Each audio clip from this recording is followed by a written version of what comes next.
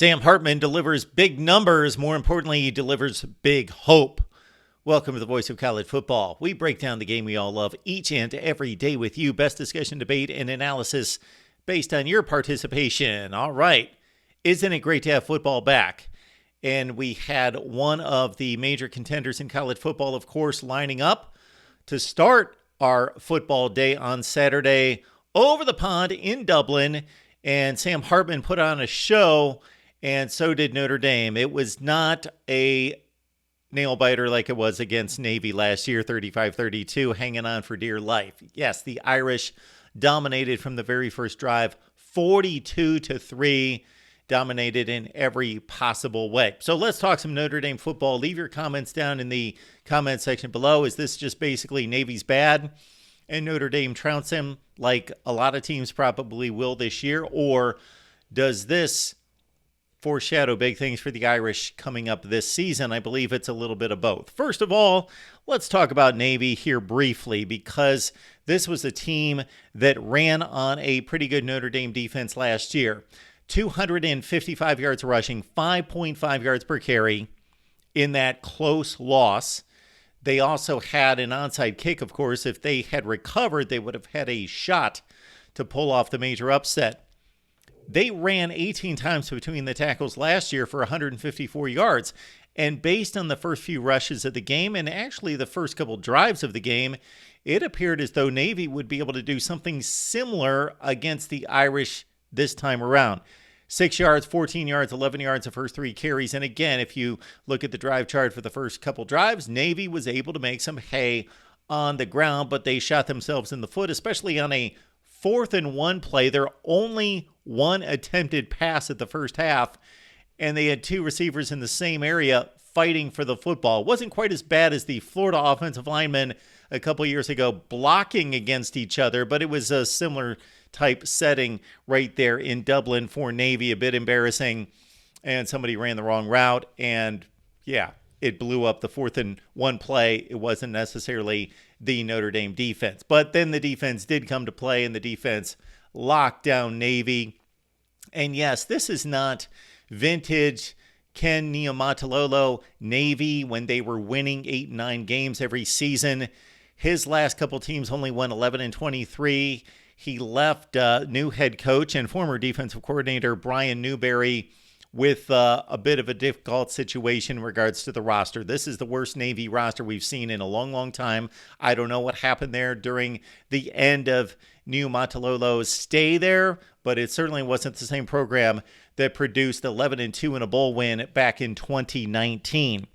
So let's understand, Notre Dame should dominate this game, but you know what? Notre Dame did dominate this game. They did what they were supposed to do. Sam Hartman, best Notre Dame quarterback since, I say Brady Quinn, 2005-2006 range. Sam Hartman, 19 of 23 for 266 and 4 touchdowns today. He did what he needed to do, and he was on the money from the very first throw, in which it was just, man, look to the left. Okay, bam, there's the trajectory on the throw that we need to see. And for a guy that's thrown for over 13,000 yards, that is the guy that we've seen at Wake Forest. And now he comes to a Notre Dame rushing attack that, sure, he had some really good players around him, especially a wide receiver with Wake Forest. But now we've got Sam Hartman with an offensive line that is one of the best in the country, leading a Notre Dame rushing attack that is once again 1 or 2, or how about 4 deep. Really good running backs in the backfield. We saw the slew of them on display today, led by Audrek Esteme. But back to the receivers. Of course, one of the big criticisms of Notre Dame and why they cannot break into the elite of college football would be the lack of a playmaker downfield. Tobias Merriweather has gained much of the attention during the offseason.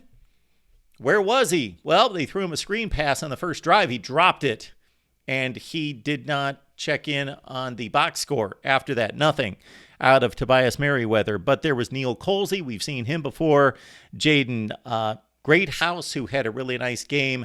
And then there was also Jaden Thomas and others. The tight end did not figure in prominently in this game, surprisingly for Notre Dame. Of course, Michael Mayer has moved on but there's always a succession of great Notre Dame tight ends. But they did not throw to the tight end, did not register a catch today.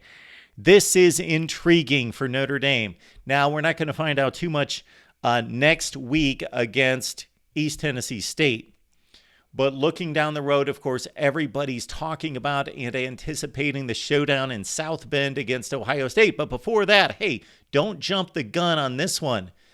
North Carolina State on the road in week 3. That is going to be a huge, huge challenge for the Irish, especially considering, hey, this North Carolina State defense, of course, and their defensive coaching staff knows Sam Hartman.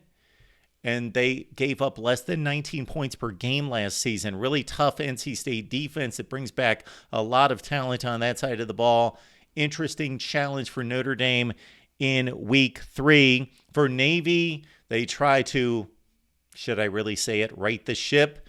Again, Brian Newberry in a tough situation. They should be able to pick up a win next week against Wagner, but in preparation of a tough game in conference at Memphis the following week. If Notre Dame needs a field goal to win a game this year, of course, Ohio State, NC State, USC, Clemson, and a few others that could pop up and be difficult late in the game. Spencer Schrader, the incoming transfer from South Florida, missed a 42-yarder. And 9 of 13 for him last year, but only 28 of 41 in his career, 68-69% field goal kicker, so not great. So he's going to have to be more consistent. And again, they're going to need him to make a big kick at some point, you would think. Interesting. I am intrigued by Notre Dame football, intrigued by this team because they have been so good under Brian Kelly. However, big play threat downfield. They've produced NFL wide receivers. That's not the problem. But the guy to take the top off the defense, and then, of course, the quarterback position has been, again, most notably Ian Book being the best of the bunch, has been capable. But Sam Hartman is different. He can make the throws down the field. NC State's coming up in 2 weeks. Can't wait to see that one. Your thoughts about Notre Dame, and, hey, your thoughts about Navy as well. Right here at the Voice of College Football.